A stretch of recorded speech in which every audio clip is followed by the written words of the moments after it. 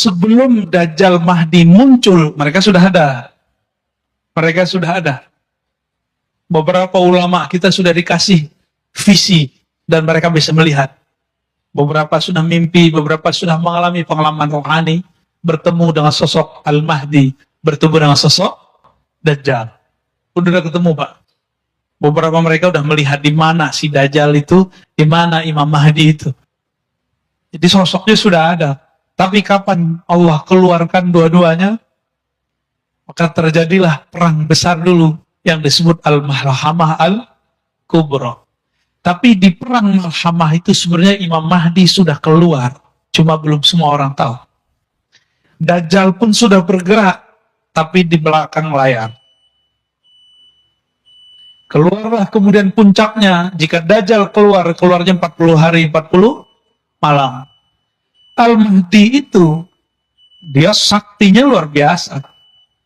Semua keilmuan yang pernah ada di masa lalu, itu ada pada beliau. Maka Al-Mahdi nggak pernah takut sama Dajjal. Hidupnya santai. Karena dia mengenal Allah. Ala inna awliya Allah. La khawfun alaihim wa lahum yahzanun. Para wali nggak ada takutnya. Jadi antum kalau cemas ini, nur kewaliannya hilang udah. Al-Mahdi itu presidennya, pemimpinnya para wali. Pasti dia paling tenang. Di saat semua orang ribut, semua orang cemas. Kita baru dapat isu Duhon 15 Ramadan tahun lalu, cemas nggak? Ya Al-Mahdi santai aja pasti. Ya apalagi pengikut-pengikut dia, santuinya bukan main. Dan nggak mungkin Al-Mahdi itu sekarang nonjol-nonjolin dirinya. Apalagi nongol-nongol di YouTube, ngaku-ngaku udah ketemu Tuhan. Nggak mungkin. Ya. Dan kurang canggih. Al-Mahdi kalau mimpi ketemu Tuhan, ketemu Allah, ketemu Nabi, Al-Mahdi dapat akses yang lebih mulia dari itu. Maka jangan percaya dengan Mahdi-Mahdi palsu. Semua di prank itu. Ya. Jadi ada Mahdi di prank. Nah itu muncul. Di akhir-akhir hari ke-40, udah hari ke-30-an, itu Allah turunkanlah Sayyidina Isa di Menara Putih. Di mana Menara Putih? Di timurnya Damaskus. Maka nanti bergerak dari Khorasan, timur. Kita ini bagian dari timur, cuma bukan Khorasan. Nanti bergerak. Di saat itu, coba antum perhatikan hadis ini. Hal la taqumu sa'ah hatta yaghzuha sab'una alfan min bani Ishaq. Tidaklah terjadi kiamat sehingga berperang padanya 70.000 keturunan Ishaq. 70.000 keturunan Ishaq berarti Israel bukan? Tuh, aneh disebut tadi Taliban itu keturunan Kalbilah Fustun, salah satu keturunan Bani Ishaq. Ini nubuat Nabi nih. Maka jangan mau dia bawa bendera la ilaha illallah, mau dia bawa bendera apa. Yang penting dia keturunan Bani Ishaq. Mereka nggak nolak kok, Pak. Mereka nggak nolak kalau mereka keturunan Ishaq. Fa'idha ja'uha nazalu. Jika mereka datang, nazalu. Mereka menempati atau turun. Falam yuqatilu bisilah. Mereka tidak berperang dengan alat-alat senjata. Walam yarmu bisahmin. Di saat itu, mereka tidak berperang menggunakan panah. Berarti olahraga akhir zaman, apa dong? Tidak berperang dengan panah. Walam yarmu bisahmin. Saya suka panahan, walaupun susah kenanya. Ini Fajar nih, menyaksikan kalau saya main panahan. Dari 10 yang kena atau doang. Pas baca hadis ini, alhamdulillah. Kenapa? Lam yarmu bisahmin. Mereka tidak perang dengan melempar busur panah. Tapi yang mereka katakan apa? Qalu la ilaha illallah wallahu akbar. Senjata mereka zikrullah.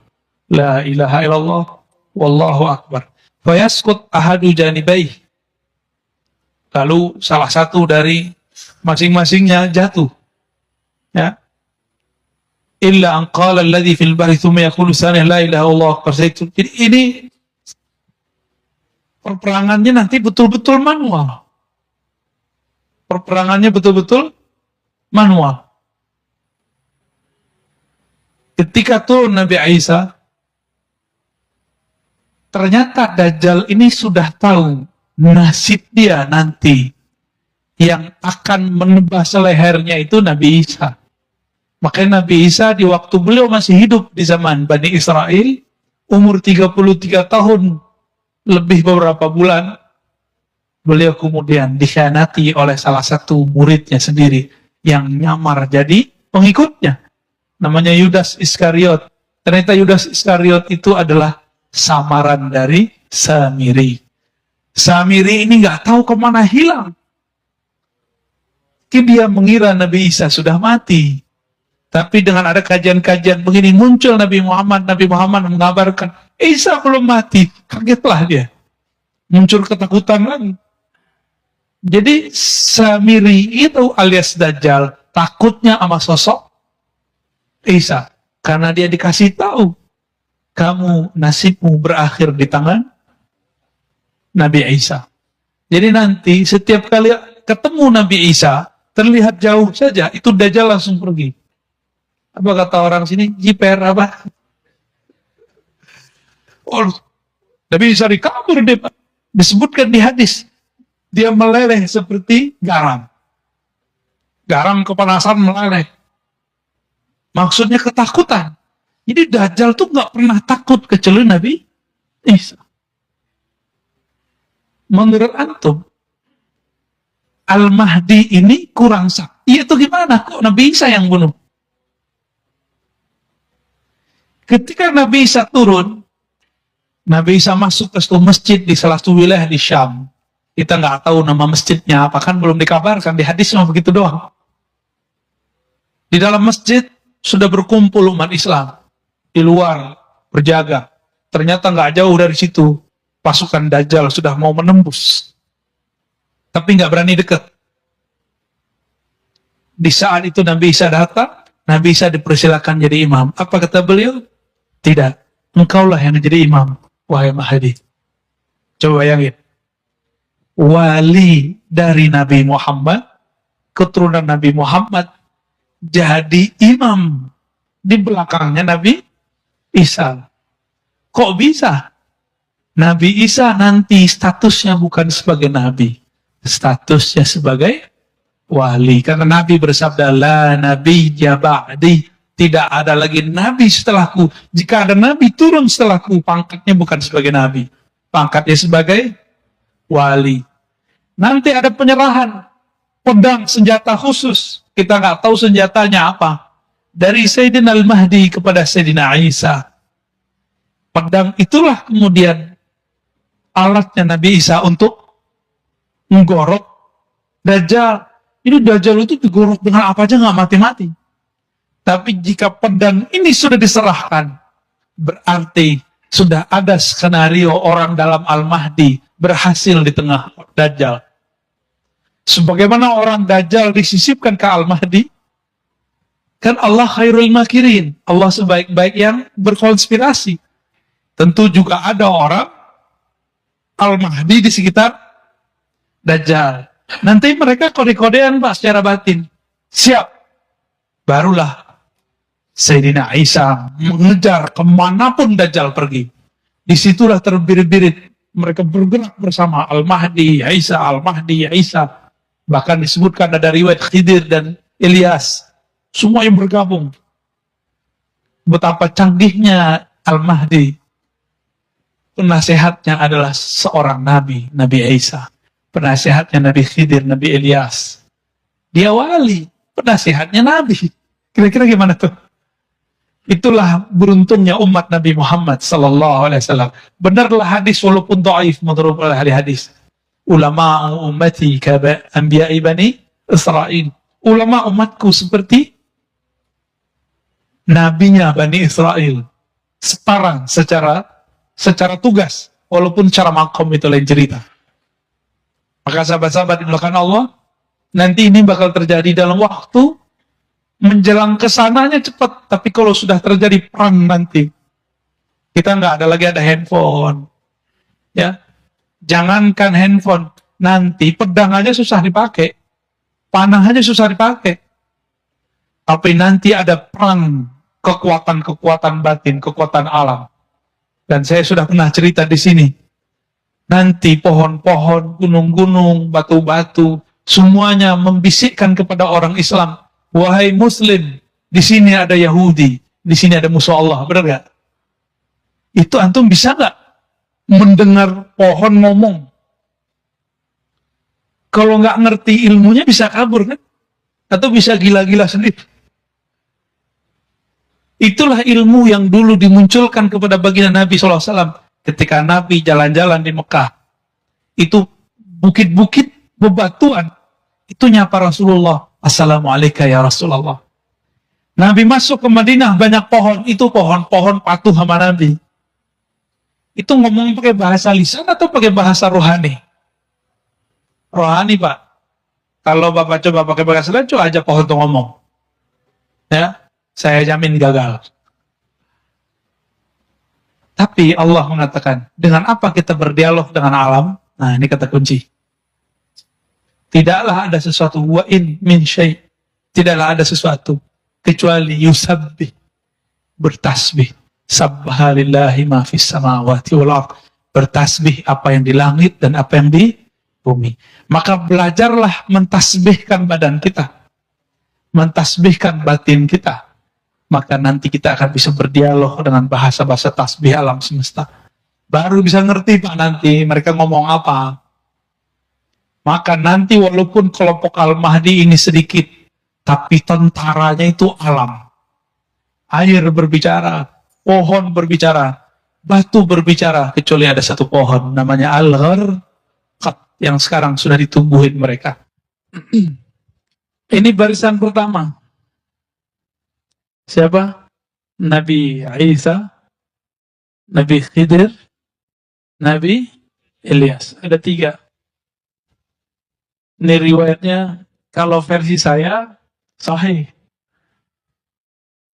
Tapi digabung antara ilmu hadis dengan ilmu ruhani.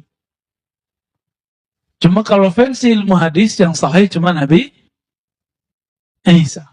Ya. Ulama-ulama ahli rohani, wali-wali Allah, ya, kalau kita temuin mereka bilang, wah ini semuanya, Nabi Isa turun, Nabi Khidir juga, Nabi Ilyas juga, ya. Itu yang pertama, ini barisan pertama. Berikutnya siapa lagi?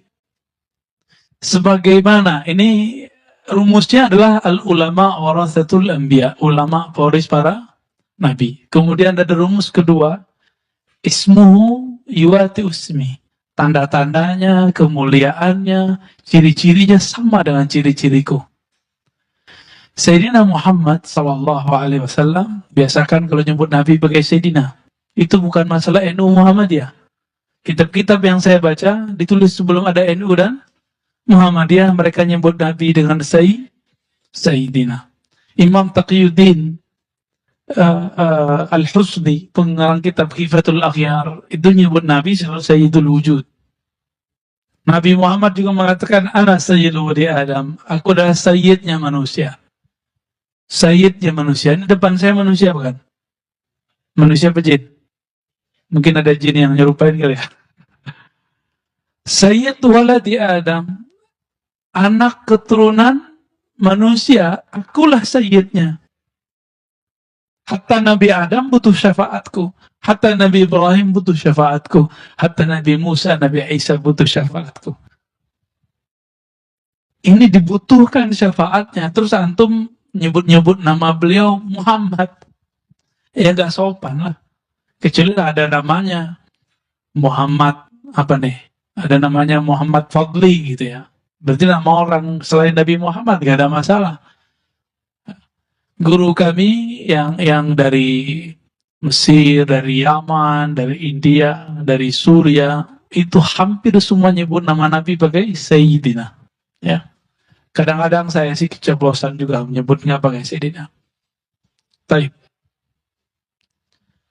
Nabi Muhammad SAW ketika beliau berdakwah itu ada 4 sahabat utama di sekitarnya, benar. Sayyidina Abu Bakar, Umar, Utsman, Ali, benar.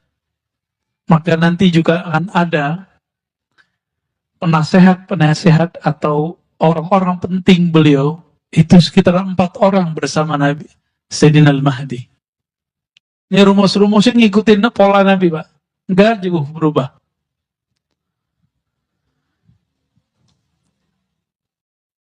Nabi Muhammad Sallallahu Alaihi Wasallam ini lapis kedua tadi. Ada 4. Apa sebutannya itu? Sayyidina Abu Bakar itu sebutannya apa? Antum kasihlah istilah ya. Penasehat nggak mungkin masa Nabi dinasehati. Apa sebutannya, Pak? Panglima kali. Ya, menteri. Menteri lah ya. Menterinya Rasulullah. Atau wakilnya Rasulullah 4. Ini 4 nih. Sayyidina Abu Bakar, Umar, Sayyidina Utsman, Sayyidina Ali. Ya. Ahlus sunnah tidak membenci sahabat. Ya. Ini lapisan berapa? Yang kedua. Nabi tahun kedua Hijriah, bulan Ramadan, ini biar antum gampang memahami kenapa muncul nanti pembagian-pembagian begini.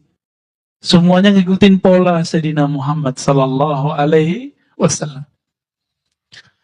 Ketika 17 Ramadan, dihadang oleh kafir Quraisy yang dibantu persenjataannya oleh Rum.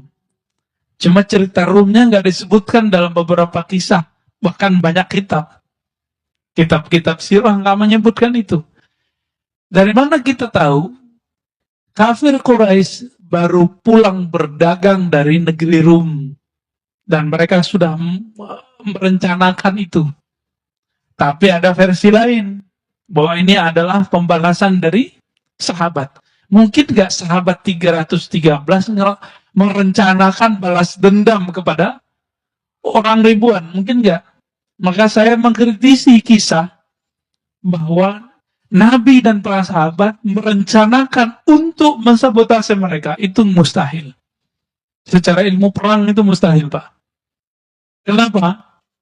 Masa 313 lawan ribuan? Itu bukan 1.000, bukan 1.000, lebih dari 1.000. Orang Arab itu kalau nyebut 1.000 artinya banyak. Banyak itu. Dan yang ikut bukan hanya manusia, tapi setan, Lata, Uzza, ikut semua, Pak. Ada berapa jumlah iblis yang disembah di Ka'bah dan jadi berhala? Itu nama jin semua, nama iblis semua itu. Yang kemudian disembah karena dia bersifat, mengambil sifat-sifat Tuhan. Seakan-akan dia dewa. Lata, Uzza, Manat, itu ya. Na'udzubillah minasyaitonir rajim wa junudi wa juyushi wa dzurriyyati. Itu semua turun. Berapa jumlahnya? 360. Ikut semua perang. Antum nggak pernah diceritain ya? Itu ikut semua. Tahu dari mana kita? Dalam Sahih Bukhari, Sahih Muslim, Sunan Abu Dawud, Tirmizi, itu beberapa riwayat menyebutkan. Yang saya ingat itu ada dialog antara Sayyidina Muhammad dan Sayyidina Jibril. Jibril, kata Nabi Muhammad, yang ikut perang di antara kalian para malaikat itu siapa aja waktu perang Badar. Jadi Nabi sama malaikat tuh kalau ngobrol itu bisa cerita-cerita masa lalu. Ya, ngopi-ngopi kira-kira begitulah. Kalau kita ngopi cerita masa lalu kan, sama masa depan. Jibril kerjaan begitu sama Nabi. Antum kan mengira selama ini Jibril itu gurunya Nabi. Kalau versi saya tidak. Justru Jibril itu berguru kepada Nabi. Nanti saya cerita ya, ada masanya. Lebih mulia Nabi Adam atau Nabi Muhammad SAW? Dulu waktu di surga, Nabi Adam jadi guru para malaikat atau jadi murid? Guru apa murid? Wah, ini orang Bintaro beda pendapat nih. Ya, ulama Bintaro ikhtalafu. Mana yang benar? Nabi Adam jadi guru malaikat atau jadi murid? Tuh masih ada yang bilang murid soalnya. Yang bilang murid apa alasannya? Hah?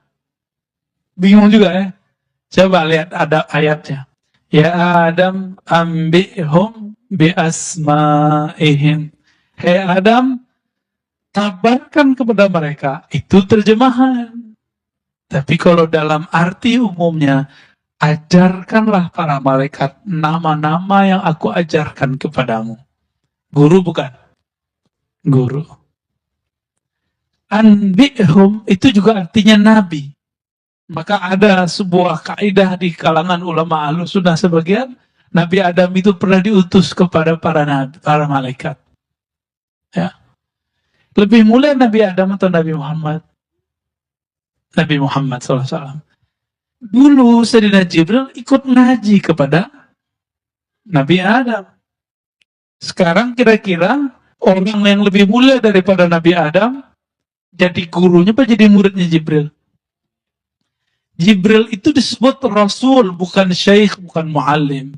Ini Jibril saya ngomong ini gak marah Pak. Dia akan anggu-anggu insya Allah.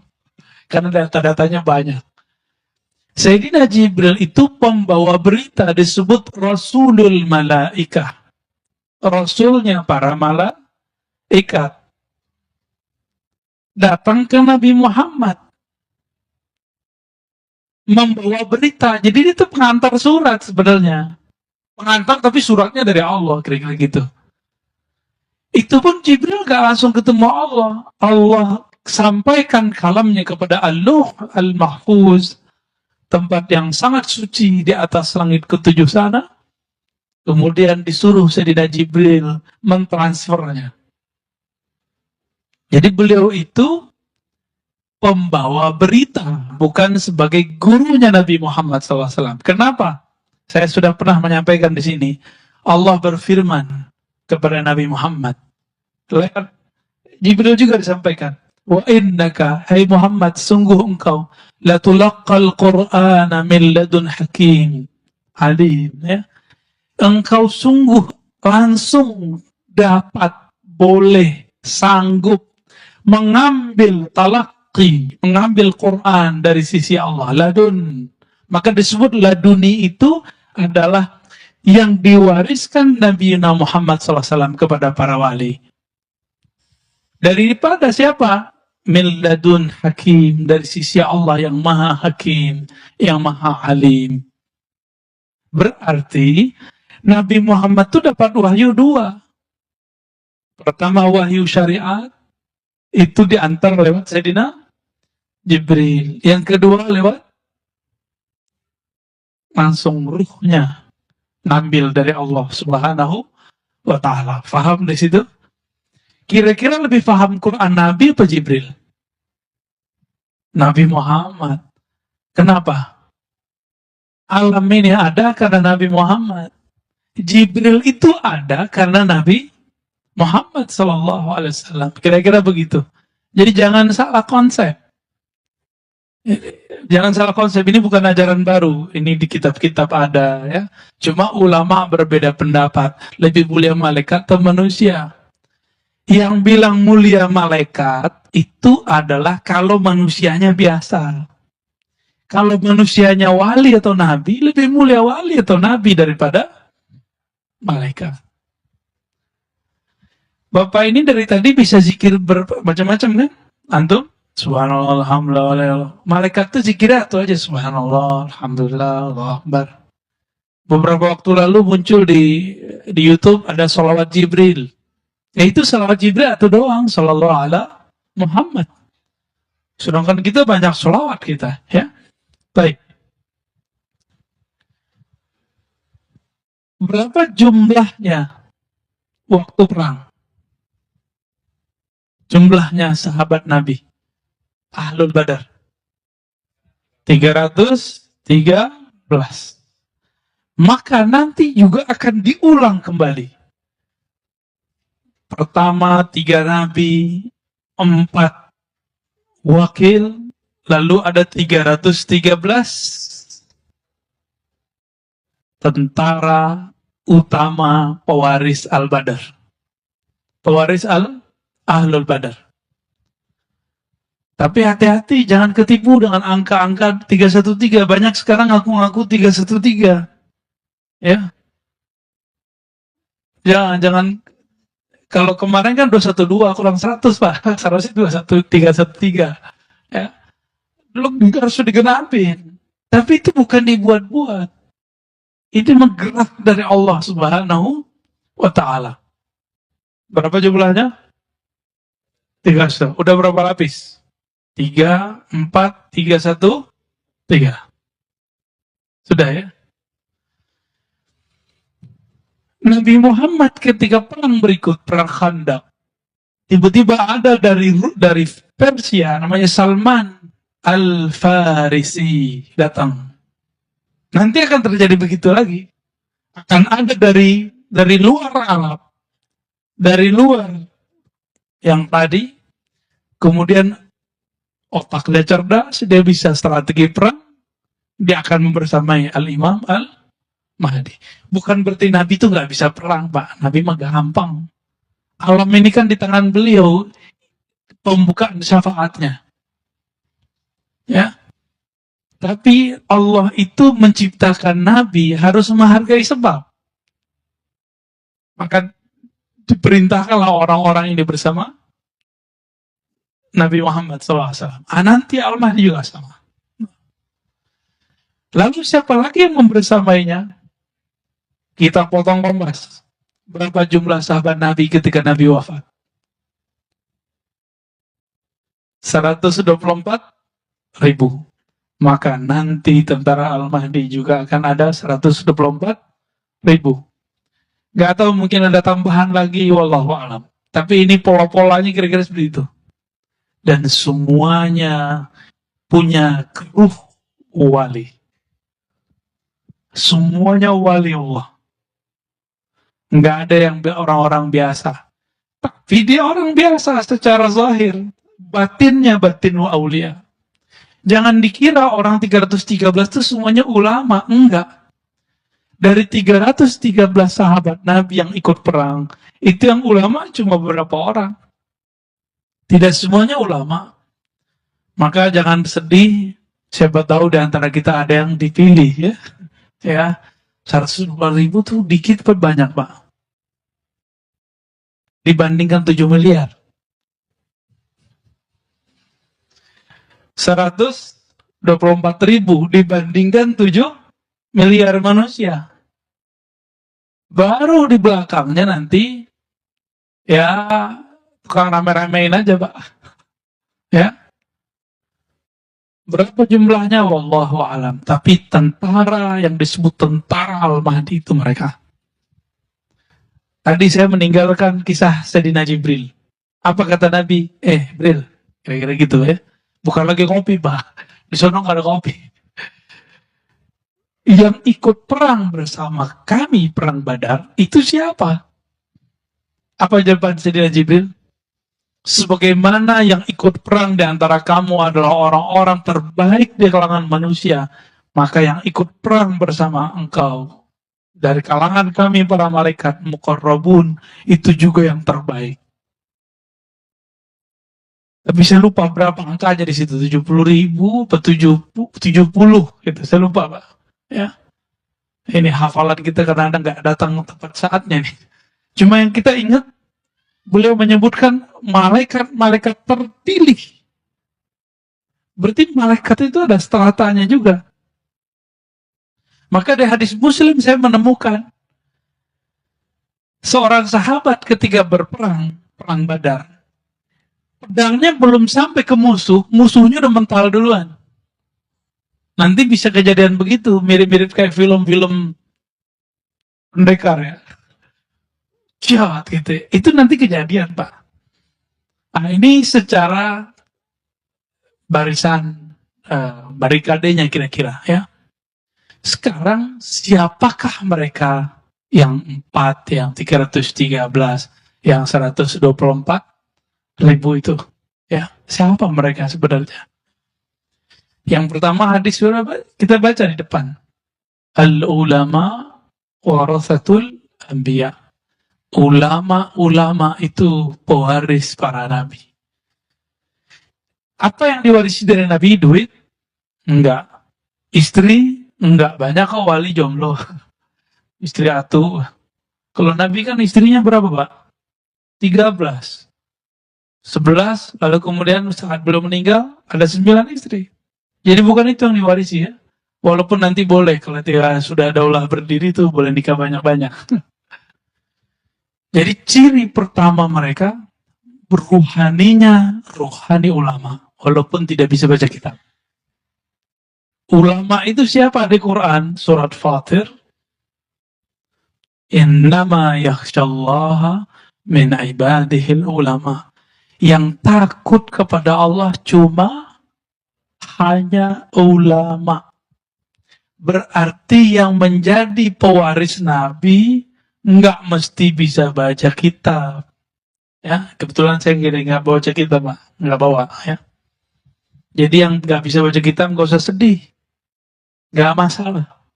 Tapi ada nggak rasa takut kepada Allah di kolbu? Kalau ada potensi menjadi tentaranya. Ya, kalau ada itu dalam diri saya bisa jadi tentaranya. Kalau umur panjang, kan masa depan itu kita nggak tahu.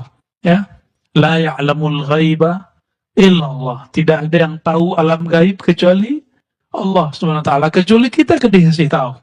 Ya, itu satu. Yang kedua, siapa mereka? Mereka ini adalah orang-orang yang pribadinya adalah pribadi-pribadi arifin billah. Orang-orang yang mengenal Allah Subhanahu. Itu yang level yang ring 1, ring 2 itu, Pak. Itu arif. Apa arti arif? Dia kenal kepada Allah. Sejauh apa dia kenal kepada Allah? Melebihi nama. Dia kenal nama Allah. Dia kenal sifat Allah. Bahkan diberi pengenalan mengenai rahasia-rahasia tentang siapakah hakikat Allah itu. Tapi itu di dalam dirinya, nggak boleh dibuka. Ya. Arifina billah. Kenapa? Karena di akhir zaman ini, ilmu-ilmu begitu dibuka. Di saat dulu belum dibuka, baru ditaruh dalam tempat-tempat tersembunyi, sebagaimana dikabarkan oleh Sayyidina Abu Hurairah. Beliau mengatakan, aku diajarkan Nabi 2 karung. 1 karung boleh disebarkan, 1 karung tidak boleh disebarkan. Yang 1 karung ini akan disebar di akhir zaman ini. Ini zaman ini, Pak. Ya. Yang boleh kita sebar itu kitab hadis. Maka insya Allah next kita buat kajian kitab hadis setiap malam Jumat sekali sebulan insya Allah ya. Benar, Pak ya. Kalau sekali seminggu saya nggak kuat, Pak. Sekali sebulan insya Allah malam Jumat habis Isya kita buat kajian di sini. Kajian kitab hadis Sahih Muslim. Nanti kita pilihkan babnya. Jilid pertama dulu. Siap untuk punya kitab ya? Ya, beli kitab di luar, kita ngaji hadis di sini. Kita buka dulu yang pertama. Semoga yang kedua ikut kebuka. Ya, karung pertama kita buka, itulah hadis Nabi, itulah Quran. Karung keduanya sebenarnya ada di balik huruf-huruf Quran itu. Ada di balik kalam-kalam Nabi itu. Jadi sebenarnya Abu Hurairah itu lagi main-main sama kita, lagi canda-candaan sama kita. Gua punya 2 karung, gitu. 1 disebar, 1 enggak. Mana ada ilmu gak dibuka, tapi disimpan dalam setiap huruf-huruf Quran itu ada sir-sir Allah Subhanahu wa Ta'ala. Kita baca Bismillah aja, Pak, kalau tahu maknanya, mungkin gak kuat ngelanjutin sampai alhamdulillah. Cuma karena kita tidak tahu rahasia basmalah. Ya masih begitu kan? Ketemu virus aja suzon sama orang. Virus yang jahat kok kita suzonnya sama orang kan? Karena ilmu basmalah nggak dapat. Masih ingat Khalid bin Al-Walid. Dia itu kalau mau perang sama orang nggak langsung nyerang. Ditanya dulu, ada racun paling hebat di sini? Kalau ada, ayo kita sayembara. Siapa yang masih hidup, berarti dia menang. Yang dibaca cuma Bismillah. Minum dia, Pak. Oh, ilmu saya belum sampai ke sana sih. Cuma keyakinan kita, insya Allah, kita harus latih sampai ke sana. Gimana caranya? Setiap mau minum, mulailah baca malah. Arti Bismillah, minta izin kepada Allah Subhanahu wa Ta'ala. Ya, ya Allah, izinkan aku minum, ngambil kesegaran dari makhlukmu. Insya Allah itu kolbunya akan lembut. Jadi jangan-jangan hati kita ini keras karena kita makan minum tidak menyebut nama Allah. Ya. Tadi cirinya berapa udah? 2. Arifin. Ya, kenal. Ini sebenarnya cabang yang pertama. Yang ketiga, dalam hadis Imam Bukhari, Muslim, Abu Daud, Tirmizi sama, tapi lafaznya sedikit berbeda. La tazalu ummati zahirina 'alal haq. Senantiasalah di antara umatku zahirina 'ala. Zahirin itu artinya menzahirkan. Tapi kalau ditambahin 'ala itu artinya tolong menolong. Zahirina 'alal haq artinya tolong menolong dalam al-haq. Apa arti al-haq? Kebenaran. Tertatih-tatih memperjuangkan kebenaran. Kalau ada usaha berjuang, berarti ada tantangan nggak? Ada musuh nggak? Banyak musuh. Dan kalimatnya di situ cuma ta'ifah. Maka ciri ketiga, kelompok itu disebut ta'ifah. Tapi jangan ketipu, banyak sekarang yang ngaku ta'ifah. Istilahnya ta'ifah mansurah. Hatta ya'tiya amrullah. Sampai datang amrullah. Apa arti amrullah? Perintah Allah, satu. Apa arti amrullah? Coba kembali ke Quran. Wa idza sa'alaka ibadi anni. Bukan yang itu. Yas'alunaka 'anir ruh. Qulir ruh min amri rabbi. Mereka bertanya kepada engkau mengenai ruh. Katakan ar-ruh min amri rabbi. Itu adalah amrullah kalau diterjemahkan. Berarti hatta ya'tiya amrullah, hatta ya'tiya al-ilmu an ruhillah. Itu terjemahan saya, Pak. Ini terjemahan baru, sebelumnya belum ada yang terjemahin begini. Tapi dasarnya pakai Quran. Sampai datang ilmu mengenai ruh. Karena banyak yang salah paham mengenai ayat ini. Dikira wa ma utitum minal ilmi illa qalila.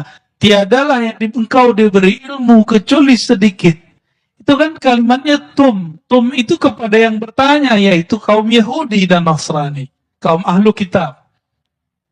Hai ahlu kitab, kamu tidak diberikan ilmu itu kecuali sedikit. Kalimatnya bukan wa ma'utita ya Muhammad, bukan. Tapi wa ma'utitum, dalam kurung ya ahlal kitab. Tidaklah kamu diberikan ahli kitab kecuali sedikit. Berarti Nabi Muhammad diberikan banyak. Karung itulah yang masih disembunyikan sampai hari ini. Ilmu tentang apa? Mengenal ruh. Dan ini agak berbeda dengan mainstream memang. Cuma, kan katanya Taifah tidak takut dicaci maki orang ya. Semoga kita bagian dari mereka. Ilmu itu adalah ilmu mengenai ma'rifatur ruh. Kita sudah cek semua kitab-kitab yang ada ya. Pada kita tentunya ada PDF dan segala macam. Saya nggak berani menyebutkan angka kitabnya berapa. Terkualat lagi ya. Takut salah. Tapi sebatas yang kita baca dari kitab-kitab yang bahas ruh, semuanya masih ambigu. Yang mereka bahas ruh itu masih arahnya kolbu. Masih dianggap sukma atau jiwa. Bukan. Ruh itu rahasia Allah. Kalau kolbu sudah dieksplor oleh Imam Ghazali. Nafs sudah dijelaskan oleh Imam Ghazali. Apalagi akal sudah dijelaskan oleh para filsuf. Ilmu-ilmu yang ada sekarang kan cabang dari akal semua. Ilmu mengenai yang tarikot yang ada di alam semesta hari ini, itu mentoknya di ilmu kolbu. Maka zikirnya zikir kolbu, riadohnya riadoh kolbu, semuanya di situ. Tapi nggak sampai kepada ma'rifatul ruh. Ternyata ma'rifatul ruh itulah jalan terdekat kepada Allah. Ketika Allah mengatakan, inni qarib, sungguh aku dekat. Itu sedekat kita sama nafas kita. Bukan berarti di dalam diri kita ada Allah, bukan. Itu salah, nanti jadi Allah nyatu ke badan, nggak boleh begitu. Tapi dekat sekali, dan dekatnya hanya Dia yang tahu. Dan kekasih-kekasihnya. Ya, Allah kasih kunci-kuncian. Dekatnya Allah dan Nabi Muhammad itu seperti qaba qausaini au adna. Seperti dua busur atau lebih dekat. Itu Nabi Muhammad, Pak. Jika Al-Imam Mahdi sedekat itu kepada Allah, maka jika Nabi Muhammad sedekat itu kepada Allah, maka Al-Mahdi juga sama. Kan pewarisnya adalah Al-Mahdi. Tadi saya kembali ke hadis pertama, ada yang ketinggalan. Ulama pewaris para nabi. Oke, nabi berapa tadi? 104.000. Sahabat berapa? 124. Jadi sebenarnya, ini antum mungkin jarang mendengar ini. Sahabat-sahabat 124.000 itu adalah pewaris semua nabi. Makanya Nabi Muhammad mengatakan, di antara nabi itu ada yang punya murid, punya jamaah, punya umat, ada yang tidak punya. Di antara sahabat ada yang punya umat, ada yang tidak punya umat, ada yang nggak punya jamaah, sama. Berapa jumlahnya tadi? Nabi wafat, jumlah sahabat 124.000. Tapi yang kedetek ahli hadis, Imam Ibnu Hajar cuma 12.000. Ya, di kitab Al-Isobah, saya ingat saya ada 12.000. Ketulis namanya ada. Berapa tadi? 124.000. Yang ketemu namanya cuma 12.000. Gimana tuh? Berapa persen dapatnya? Cuma 10% yang namanya ada. Sama. Nanti tentara Al-Mahdi yang dikenal paling cuma 10%. Yang lain nggak tahu, Pak. Ahlul Badar aja antum nggak tahu kan? Ada yang tahu nggak Ahlul Badar siapa aja? Saya aja nggak hafal semua. Padahal kita baca sering, tapi nggak hafal semua. Apa begitu ya? Begitulah hafalan kita.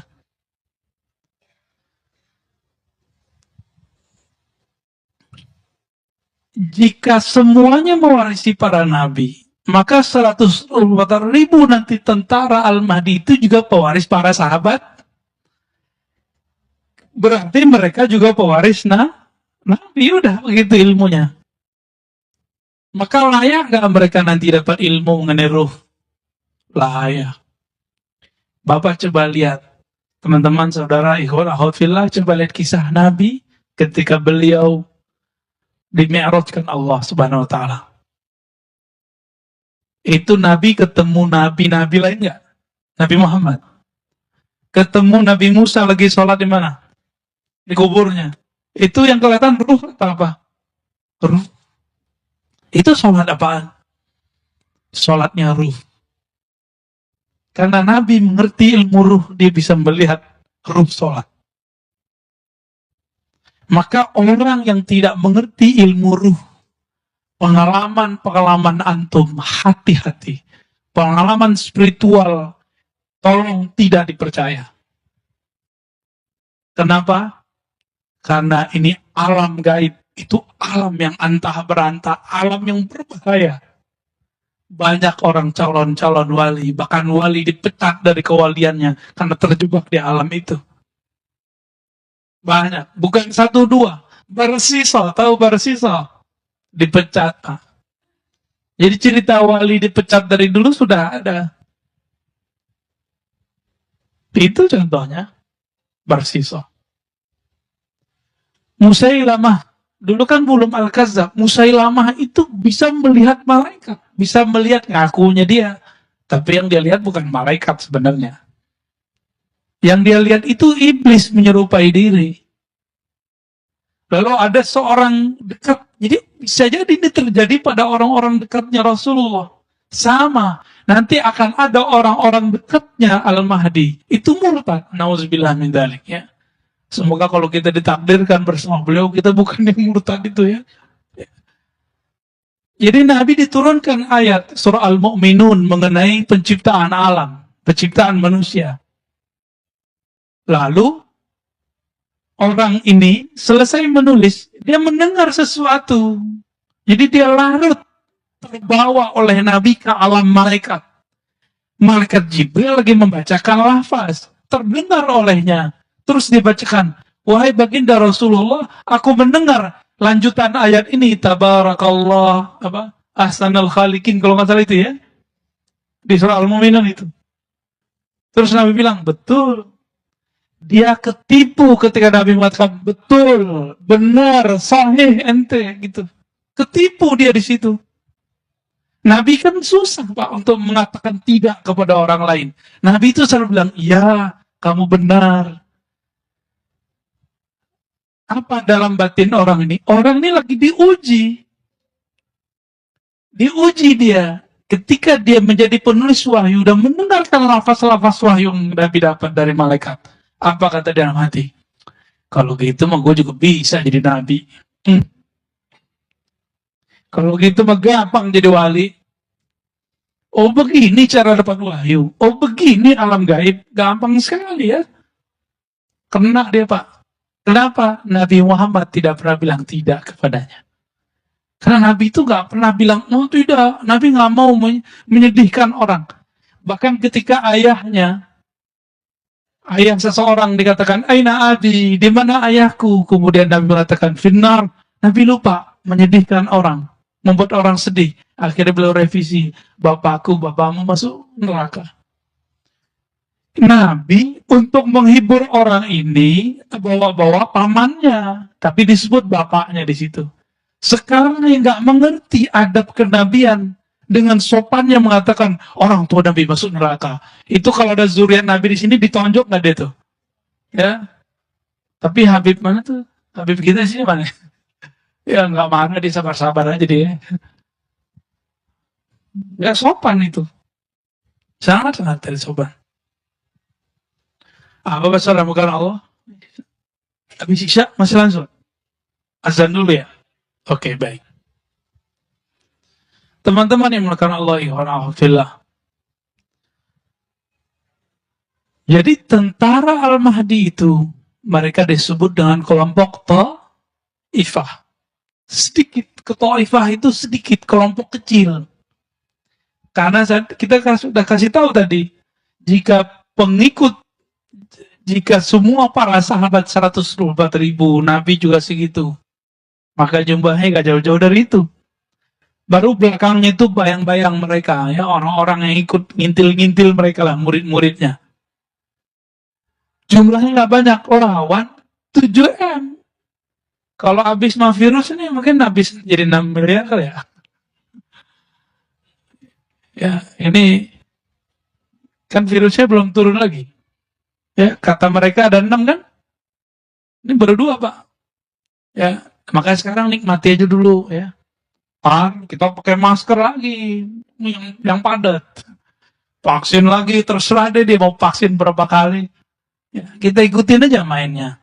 Kan Allah mainannya lebih cakep. Mereka lagi main-main gak sama kita? Zolim gak sama kita? Zolim kita dimain-mainin.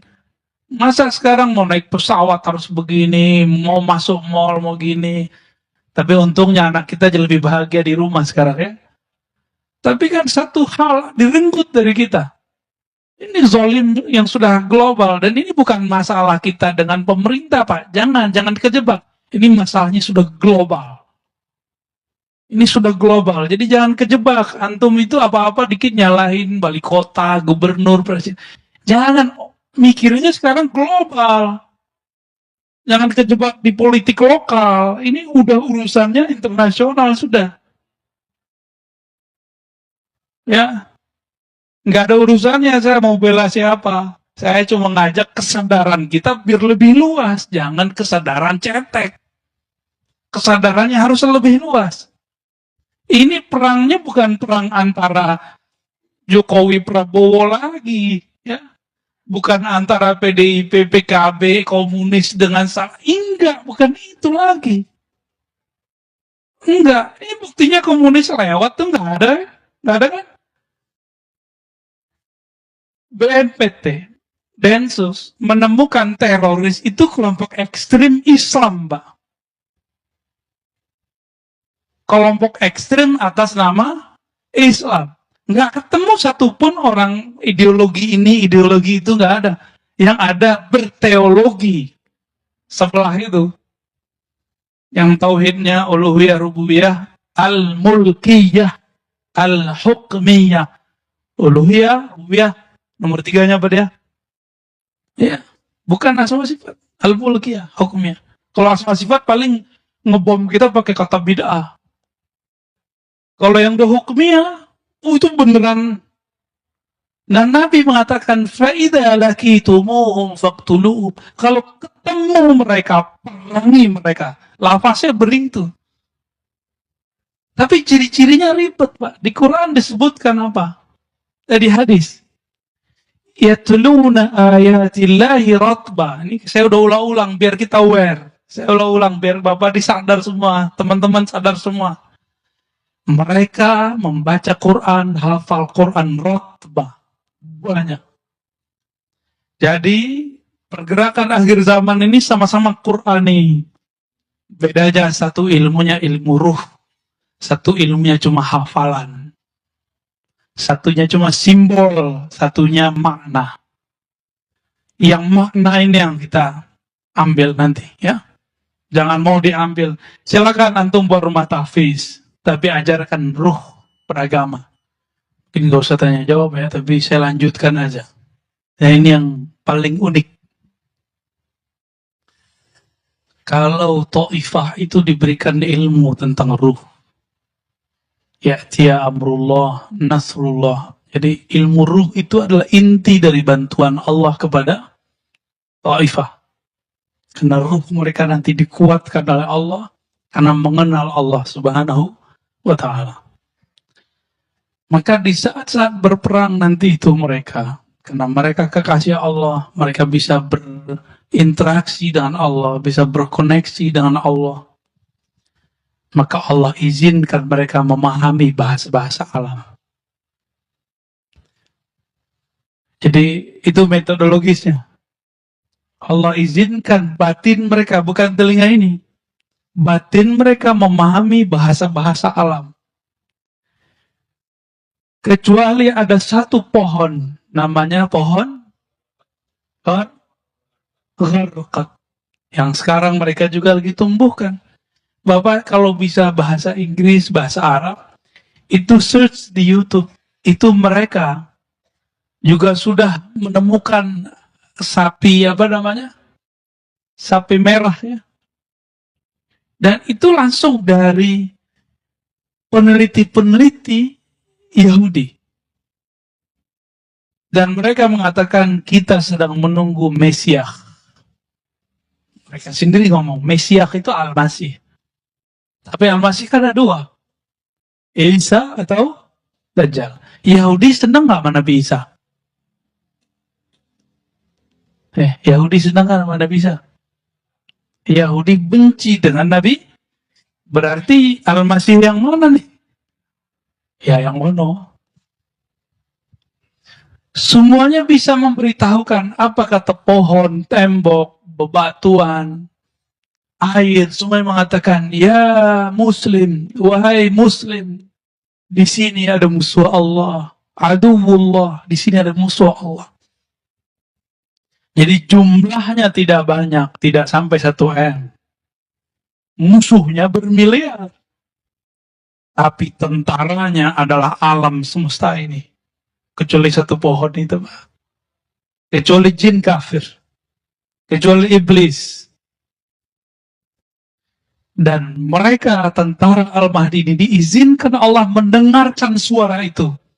Kalau pohon kan setiap hari dia tasbih sebenarnya. Dia berbicara setiap hari. Membaca tasbih. Tapi kita dengar nggak di tengah ini? Enggak. Itulah salah satu makna daripada ya'tiya amrullah, yaitu islah. Al-Mahdi. Jadi ciri-ciri terakhirnya adalah mereka diislah bersamaan diislahnya Al-Imam Al-Mahdi.